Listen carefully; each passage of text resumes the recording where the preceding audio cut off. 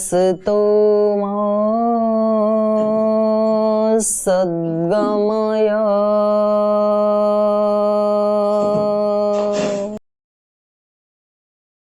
तमसो मा ज्योतिर्गमय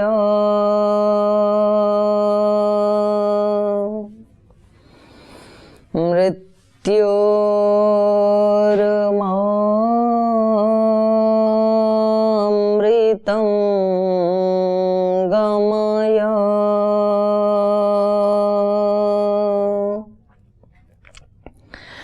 ॐ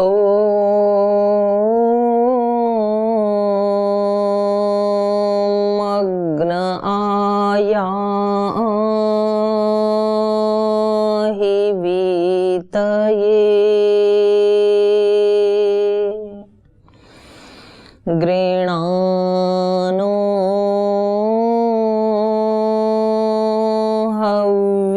हव्यदातये निहोता सत्सि बर्हिषि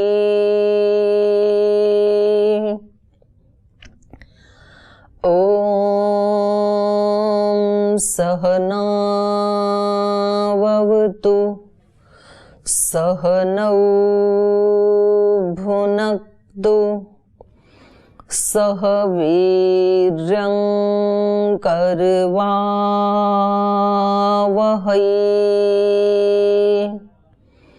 तेजस्विनावधीतमस्तु मा विद्विषावहै ॐ पावकानः सरस्वती वाजीभिर्वाजिनीवती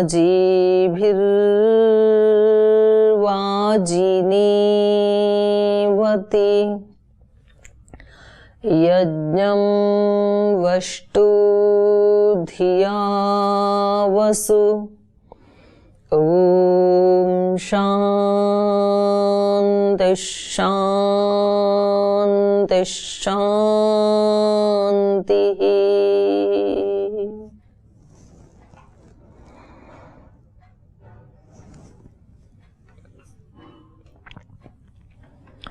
परम पूज्य गुरुदेव और परम पिता परमात्मा आद्या पराशक्ति भगवती माता को प्रणाम करते हुए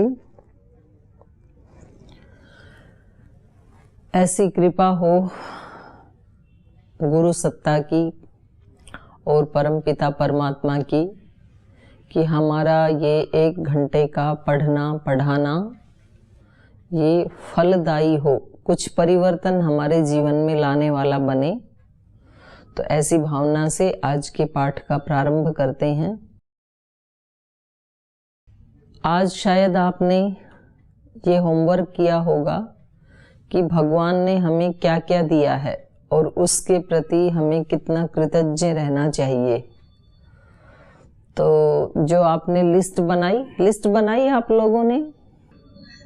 दीदी चरण स्पर्श क्या क्या भगवान ने दिया और आपने क्या क्या डायरी में लिखा? जरा आपने डायरी दिखाइए। ओम दीदी प्रणाम।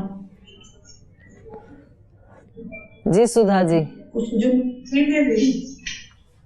कुछ लिखा आपने? कुछ दिया है भगवान ने आपको? जी लिखे लेकिन वो मतलब ज्यादा नहीं लिख पाए, 2-4 चीज लिख पाए। 2-4 ही दिया है आपने? भगवान ने क्या आपको 2-4 चीज दी है? चलो बताओ, 2-4 चीज बताओ। कल जो आप बताई थी वही सब उसको लिखे थे। श्वास सबसे मुख्य चीज, ये शरीर, जो 2 नेत्र हैं, 2 कान हैं, और जो मतलब भी जितना हम हवा लेते हैं, हर जगह जो भी हम देख पाते हैं, हर कुछ सारा वो ईश्वर नहीं दिया है। ज्ञान ये गुरु के द्वारा मिला, ईश्वर की कृपा से ऐसे समर्थ गुरु प्राप्त हुए, आप जैसी दीदी प्राप्त हुई, ये भगवान की देन है। हम इसे वही मानते हैं कि शायद हम बहुत तपस्या किए होंगे, तब इस जन्म में ऐसे समर्थ गुरु की प्राप्ति हुई। तो ये हाँ, इससे आप दूसरा भी समझ सकते हैं कि तपस्या शायद हमने नहीं की होगी, भगवान की अहेतु की कृपा से हमें मिला है। क्योंकि हमने तपस्या की होगी तब तो किसी का कोई एहसान नहीं, हमने तपस्या की और हमें सब कुछ मिला। तो भाव, साधक का भाव ये होना चाहिए कि मेरे अंदर तो ज़्यादा सामर्थ्य नहीं है कि मैं ऐसी कुछ विशेष वस्तुओं को प्राप्त कर सकूं। ये भगवान की अहेतु की कृपा है। अहेतु की कृपा माने जिसके पीछे कोई हेतु नहीं होता है। गुरुजनों की, माता पिता की, अब जिस माँ से हमने जन्म लिया उसने कितने कष्ट सहे, कितना हमारा पालन पोषण किया, इतने दिन अपने गर्भ में रखा, जहाँ हमारी आंखें भी नहीं खुली थी, बोलना भी नहीं आता था, वहाँ से हमें अपने अमृत की 2 बूंद पिला करके जीवन की शुरुआत की। तो उसके बदले में हमने क्या किया था? माँ का ऐसा कोई उपकार थोड़ी किया था हमने तो कुछ भी नहीं किया था। हमने तो माँ को पहचानना या माँ को माँ कहना भी माँ से ही सीखा। तो ये अहेतु की कृपा होती है। जब हम पैदा हुए तो एक भरा पूरा संसार मिला हमें। पैदा होते ही केवल शरीर नहीं मिला, शरीर के साथ साथ आपको घर मिला, जमीन जायदाद मिली, संबंधी मिले, पेड़ पौधे मिले, ऑक्सीजन मिली, आपको एक सूर्य मिला, एक चंद्रमा मिला। आप सोचिए यदि हमें बनाना पड़ता, आप जब कहीं एक जगह से दूसरी जगह जाते हैं तो सूटकेस में क्या क्या पैकिंग करनी पड़ती है। सर्दी में जाएं तो सर्दी के बहुत सारे कपड़े, गर्मी में जाएं तो गर्मी के कपड़े, फिर कहीं आपको स्नान करने के लिए साबुन, फिर आपको ब्रश करने के लिए टूथपेस्ट, और जिसको जिस चीज की आवश्यकता होती है। तो कितनी पैकिंग करनी होती है एक सूटकेस में। और फिर भी 5-10 दिन में तो ऐसे लगता है कि वो कम पड़ गया। ज्यादा से ज्यादा 5-10 दिन का पैकिंग कर सकते हैं। लेकिन जब आप आए इस संसार में तो कहीं से तो आए ही होंगे, तो क्या क्या पैकिंग करके लाई थे? कोई सूटकेस साथ में लेके आए हो? भाई जाना है पृथ्वी लोक में, कोई पैकिंग नहीं की। कोई आपको कहे कि आपको किसी ऐसी यात्रा पे हम ले चलते हैं कि वहां आपको कुछ नहीं लेके चलना, एक पर्स भी नहीं लेके चलना है, हैंडबैग भी नहीं लेके चलना, और वहां सब कुछ आपको मिलेगा जो कुछ आपको चाहिए। तो कितना अच्छा लगेगा कि भाई ऐसे होस्ट तो सबको मिले कि जहाँ ले जाना कुछ भी ना पड़े और जो चाहिए वो सब मिल जाएगा। तो ऐसी जगह हर कोई जाना चाहेगा। तो ऐसे होस्ट हमारे परम पिता परमात्मा हैं। हम धरती पे आए तो देखो हमें कितना कुछ दिया है। तो आपको अभी, क्योंकि देखो ऊपर ऊपर से यदि आप लिखने की कोशिश करेंगे ना, जैसे मैंने कल भी बताया था कि इस क्लास से कुछ मिल जाएगा, ऐसा यदि आप सोच रहे हैं तो फिर ये ठीक नहीं है। और इस क्लास से कुछ नहीं मिलेगा तो फिर हम क्लास क्यों कर रहे हैं, ये भी एक प्रश्न बनता है। क्लास किसी विशेष खजाने की तरफ संकेत कर रही है, लेकिन उसको अनलॉक हमें ही करना पड़ेगा। अनलॉक क्लास से नहीं होगा। देखो यदि हमें तैरना आना एक हुनर है ना, स्विमिंग, और स्विमिंग के बारे में चलो मैं इस क्लास में डिस्कस करके आपको बताती हूँ कि जब आप पानी में उतरेंगे तो आप अपने दोनों हाथों को ऐसे फैला देना, पैरों को पीछे फैला देना और दोनों हाथों से पानी को ऐसे ऐसे काटते रहना और आगे बढ़ते रहना। जमीन में पैर मत टिकाना। तो तैरना आ गया होगा आप सबको। ये तो शुरुआत है। आप कहीं भी स्विमिंग के लिए जाएंगे तो आपका कोच भी यही बात बताएगा जो मैं बता रही हूँ, लेकिन वो बात बताने के साथ साथ आपको पानी में भी डाल देगा। और फिर 5-10 दिन तक तो आप हाथ पैर ऐसे ही मारते रहेंगे कि जो बताया था ऐसे तो नहीं हो रहा है। लेकिन जब आप 15-20 बार असफल हो जाएंगे तो फिर 15-20 दिन के बाद थोड़ा थोड़ा आपकी गति हो जाएगी, लेकिन तो भी आप केवल कमर तक के पानी में तैर सकते हैं, इतनी हिम्मत आएगी। फिर वो और थोड़े से गहरे पानी में आपको डालेगा, जो आपके गर्दन तक सिर तक पानी आए इतने पानी में वो तैरना सिखाएगा और खुद साथ बैठा रहेगा। फिर जब आप सिर तक के पानी में तैर लेंगे तो फिर प्रैक्टिस करते करते फिर आप नदी में तैरने की भी हिम्मत कर लेंगे, लेकिन समुद्र में फिर भी नहीं कूद पाएंगे। और नदी में कोई डूब रहा है तो उसको नहीं बचा पाएंगे। आप स्वयं तो तैर लेंगे लेकिन उतने तैराक नहीं बनेंगे कि किसी दूसरे को भी बचा सकें।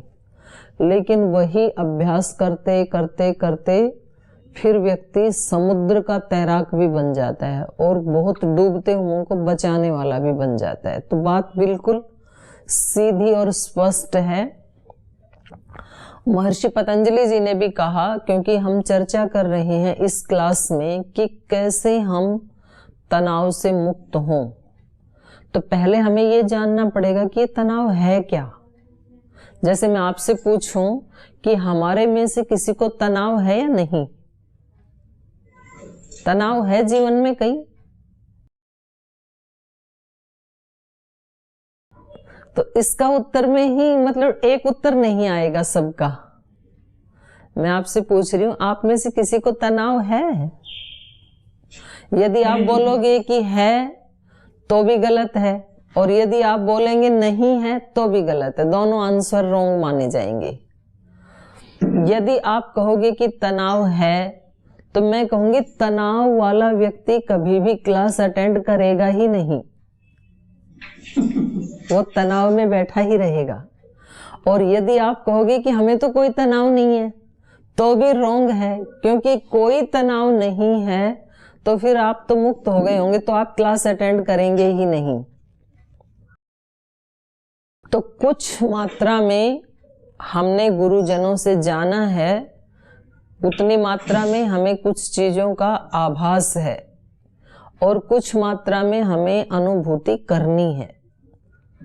क्योंकि मनुष्य जब तक अपने मनुष्य के अंतिम शिखर को प्राप्त ना कर ले तब तक वो तनाव से सर्वथा मुक्त नहीं हो सकता है। कितना भी संसाधन व्यक्ति के पास हो, सांसारिक वस्तुएं कितनी भी भरपूर मात्रा में क्यों ना हो, लेकिन जब तक वो आत्म साक्षात्कार अपने स्वरूप को ना जान ले कि मैं कौन हूं और मेरी शक्तियां क्या हैं, तब तक वो व्यक्ति सर्वथा तनाव मुक्त नहीं हो सकता है। तो ये भ्रम रहता है व्यक्ति को। और कभी कभी वो अनावश्यक वस्तुओं से दुखी होता है, जबकि उनसे दुखी होने का कोई कारण बनता नहीं है। तो इन सब की चर्चा करके फिर हमें अभ्यास करना पड़ेगा। कभी भी मोती किनारे पर लहरों में नहीं मिलते हैं, मोती तो समुद्र की गहराई में मिलते हैं। अगर लहरों के ऊपर किनारे के ऊपर मिलते तो सभी मोती बटोर बटोर के अपने घर में ले आते। यदि आध्यात्मिक शक्तियां आध्यात्मिक चर्चा करने से, आध्यात्मिक पाठ पढ़ने से यदि प्राप्त होती तो हम सब आध्यात्मिक शक्तियों से संपन्न होते। जमीन में, धरती माता में हीरे भी हैं, सोना चांदी भी है, डायमंड है, पन्ना है, ऐसे ऐसे अमूल्य रत्न धरती माता में, लेकिन वो धरती माता की गहराइयों में है, ऊपरी सतह के ऊपर नहीं मिलेंगे। ऊपरी सतह के ऊपर हीरे, पन्ने, डायमंड यदि मिलते तो हर व्यक्ति के पास हीरे होते आज। वो हर व्यक्ति के पास नहीं होते हैं। उसके लिए गहरी खदान में जाना पड़ता है, फिर खोदना पड़ता है, फिर मिट्टी से निकालना पड़ता है, फिर उसका शोधन करना पड़ता है, तब कहीं जाकर के सोना हमारे हाथ में आता है। और इसीलिए इतना महंगा है सोना, हीरा, पन्ना, ये सब मोती, ये सब इतने महंगे क्यों हैं? क्योंकि वो ऊपरी सतह के ऊपर नहीं मिलते हैं। तो ऐसे ही ये आध्यात्मिक शक्तियां, क्योंकि हम देखो, मैंने बताया था कि हम वैदिक ऋषियों ने क्या इसके बारे में बताया है वो पढ़ने जा रहे हैं। तो मैं भूमिका बना रही थी। भूमिका बनाने का मतलब है कि हमें कम से कम 1 घंटा यदि हम पाठ पढ़ते हैं तो कम से कम 1 घंटा उसके लिए अभ्यास करना पड़ेगा, प्रैक्टिकल करना पड़ेगा, अभ्यास। जब तक बीज अपने आप को मिटाएगा नहीं, अंकुर नहीं फूटेगा, कभी भी नहीं फूटेगा। इसलिए कुछ नया चाहिए तो पुराने को मिटाइए। आपको कुछ नई अनुभूति चाहिए तो पुराने वाले लाइफस्टाइल को चेंज कीजिए, आप प्रयासपूर्वक चेंज कीजिए। क्योंकि हम केवल 1 घंटा यहां पढ़ेंगे और बाद में कोई प्रैक्टिस नहीं करेंगे तो बात नहीं बनेगी। बीज अपने आप को मिटाता है तो ही वो अंकुर के रूप में, वृक्ष के रूप में, कोई ट्रांसफॉर्मेशन बिना अभ्यास के नहीं हो सकता है। उसके लिए अभ्यास, और अभ्यास भी 1-2 दिन से नहीं हो सकता है। इसलिए मेरा आप सभी से करबद्ध निवेदन है कि हमें इसका अभ्यास जरूर करना है, इसको बहुत सीरियस लेना है हमें। क्योंकि आप इस पाठ में अनायास नहीं जुड़े हैं और मैंने भी ये पाठ अनायास शुरू नहीं किया है। आप और हम सब 10-15 साल से साथ जुड़े ही हुए हैं, लेकिन आज ही ये पाठ क्यों प्रारंभ हुआ? तो इसके पीछे यूनिवर्स का कोई इशारा है। हमें भगवान कुछ हमारे जीवन में चेंज लाना चाहते हैं, ये पक्की बात है। लेकिन उस इशारे को, उस ब्रह्मांड की भाषा को, उस परमपिता परमात्मा की लैंग्वेज को समझना ये भी कठिन होता है। क्योंकि अगर हमारा जीवन बिल्कुल ठीक ही होता, कोई भी उसमें वैल्यू ऐड करने की आवश्यकता नहीं होती, तो हम इस पाठ में नहीं जुड़ते। ना मैंने ये पढ़ाना शुरू किया होता और ना आपने पढ़ना शुरू किया होता। इसलिए कहीं ना कहीं आपकी आत्मा की अभिप्सा थी और इसीलिए उस अभिप्सा का उत्तर देते हुए भगवान ने ये एक ऐसा संयोग हम सब का बनाया है। तो आप इसमें मैं छोटी छोटी चीजों की एक्सरसाइज करवाती हूँ कि आप, और देखो ये कोई कल्पना नहीं है, हमारे पास जो कुछ है उसके प्रति ग्रेटिट्यूड का भाव होना, ये इतनी बड़ी शक्ति है कि जिस दिन हम इसका साक्षात्कार कर लेंगे ना, उसकी अनुभूति कर लेंगे, धन्य हो जाएंगे हम। केवल ये एक ग्रेटिट्यूड का भाव हमें दिव्य शक्तियों से हमारा संपर्क करवा सकता है। एक एक जो अभ्यास बताया जा रहा है उसमें अपने आप में इतनी सामर्थ्य है। जैसे मैं पहले वाले दिन प्रारंभ में प्रथम दिन बता रही थी, हमारे विचारों की शक्ति, हमारी भावनाओं की शक्ति, क्योंकि क्लास की तो एक सीमा है, 1-1.5 घंटे में जितनी चर्चा हो सकती है, लेकिन उसका अभ्यास आपको करना है।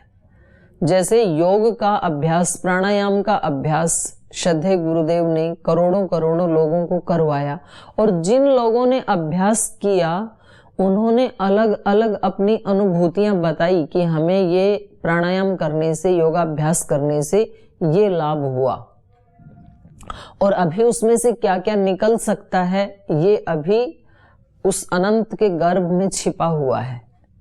तो हम जो ऋषियों की, देखो हम योग दर्शन पढ़ेंगे, हम गीता का पाठ पढ़ेंगे, तो मैं तो पहले ही क्षमा पूर्वक पतंजलि ऋषि से या योगेश्वर भगवान कृष्ण से क्षमा मांगते हुए और सरस्वती माता को प्रणाम करते हुए हम इन ग्रंथों को पढ़ना प्रारंभ करते हैं, क्योंकि जिस चेतना से ये ग्रंथ लिखे गए थे वो चेतना हमारी नहीं है।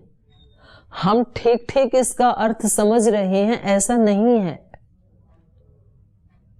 योग दर्शन का ठीक अर्थ उसी व्यक्ति को समझ में आएगा जो पतंजलि ऋषि जैसी चेतना में ऊपर उठ जाएगा।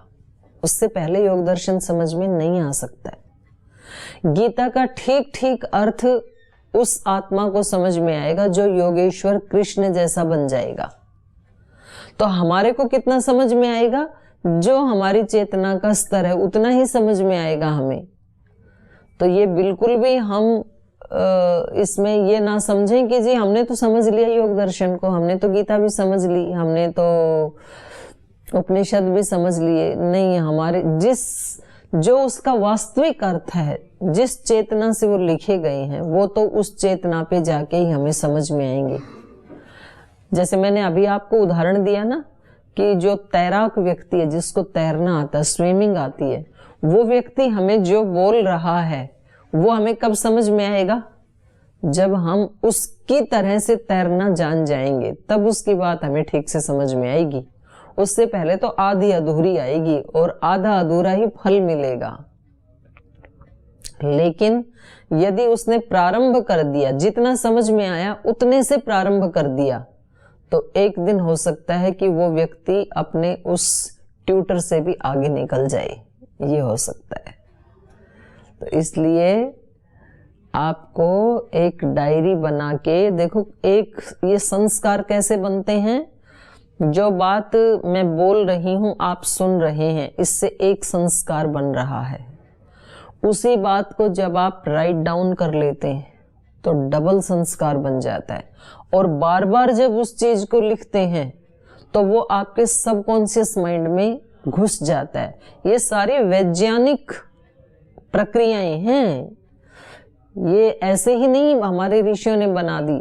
बड़ी बड़ी पुस्तकें कुछ ऋषि लोग देते हैं, दूसरों को गुरुजन देते हैं। वो कहते हैं इसमें 7 लाख बार, 5 लाख बार, 10 लाख बार ओम ओम लिखना, राम राम लिखना, सीता राम लिखना। अलग अलग गुरुजन जो उनको पसंद है वो लिखने का निर्देश देते हैं। 1.25 लाख बार गायत्री मंत्र लिखना, बोलना नहीं। 10 लाख बार ओम लिखना और उसका उच्चारण करके लिखना। तो इसका साइंटिफिक रीजन है, ये केवल कोई रिचुअल नहीं है, इसके पीछे एक विज्ञान काम करता है। तो हमें उस साइंटिफिक वे को, क्योंकि जब तक हम उसकी वैज्ञानिकता को नहीं जान पाएंगे तो तब तक हम उससे यथोचित लाभ नहीं ले सकते हैं।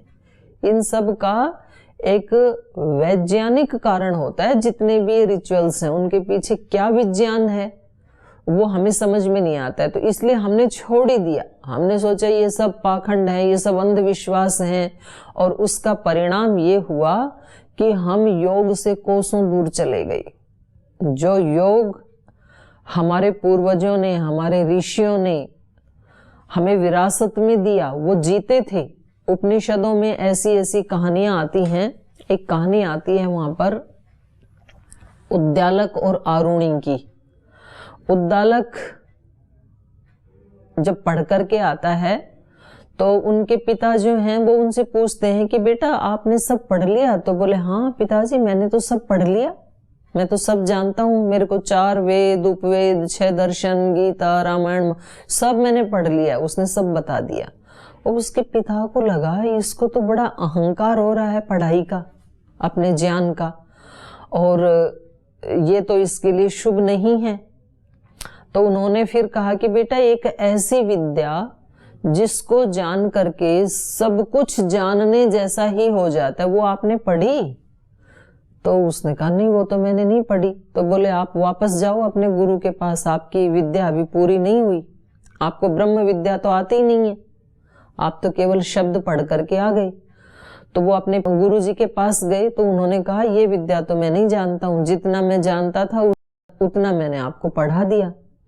तो आप अपने पिता से ही पूछिए वो ब्रह्म विद्या आपको कौन सिखा सकता है।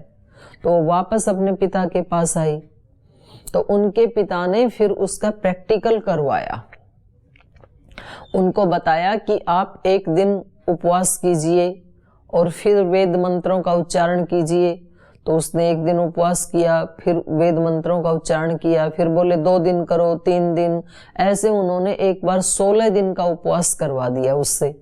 और फिर 16 दिन के उपवास के बाद कहा कि अब मंत्र उच्चारण करो। बोल जी अब तो कहाँ मंत्र उच्चारण, अब तो बोला ही नहीं जा रहा, 16 दिन हो गए, पानी भी नहीं दिया। तो उन्होंने बताया कि ये अन्न भी एक ब्रह्म है, जिसको आप रोज खाते हो ना, ये ब्रह्म है। इसको ऐसे उन्होंने एक लंबा चौड़ा उपदेश है। तो मेरा कहने का अभिप्राय यह है कि किसी समय भारत में उसी व्यक्ति को एजुकेटेड माना जाता था, साक्षर माना जाता था, जो ब्रह्म विद्या का साक्षात्कार कर लेता था, जो योग विद्या का में निष्णात हो जाता था, उसी व्यक्ति को पढ़ा लिखा माना जाता था। उससे पहले उसको पढ़ा लिखा नहीं माना जाता था। और क्योंकि हमने और छोटे छोटे रिचुअल्स कर करके हमारे जो ऋषि थे, हमारे जो गुरुजन थे, वो हमें उसका अभ्यास करवा देते थे। कितनी शक्ति है उस विद्या में, ये कुछ दिनों में आप स्वयं हमारे परम पूज्य गुरुदेव से इसको जान पाएंगे।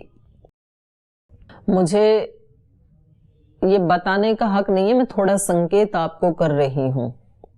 परम पूज्य गुरुदेव पिछले 50 साल से, इस जन्म के 50 साल से, और जिन जन्मों को हम नहीं जानते वो तो पता नहीं कितने जन्म जन्मांतरों से इस मार्ग में आगे बढ़ रहे हैं। लेकिन इस जन्म में बहुत बाल्यावस्था में ही उन्होंने एक लक्ष्य अपने जीवन में धारण कर लिया था कि मेरा ये जीवन मानवता की सेवा के लिए है, भगवान की सेवा के लिए है। और ये उनको किसी गुरु ने नहीं बताया, जैसे हम सबको हमारे गुरु ने बताया कि जाओ योग कक्षाएं लगाओ, रोगी लोगों की सेवा करो। हमारे को तो प्रेरित किया किसी ने, लेकिन उनको किसी ने प्रेरित नहीं किया। तो वो बचपन से ही इस ध्येय को लेकर के चल पड़े। और चलते चलते एक दिन भी, आप स्वयं अपनी आंखों से देखते हैं, एक दिन भी मिस नहीं करते अपने कर्तव्य को। और हमने भी अपने गुरुदेव से यही सीखा कि कैसी भी परिस्थिति हो, कैसी भी मनस्थिति हो, अपने कर्तव्य कर्म को कभी नहीं छोड़ना। और हमने यथाशक्ति उसको निभाने की कोशिश की है। अपने गुरुदेव से रोज सीखते हैं हम इस बात को।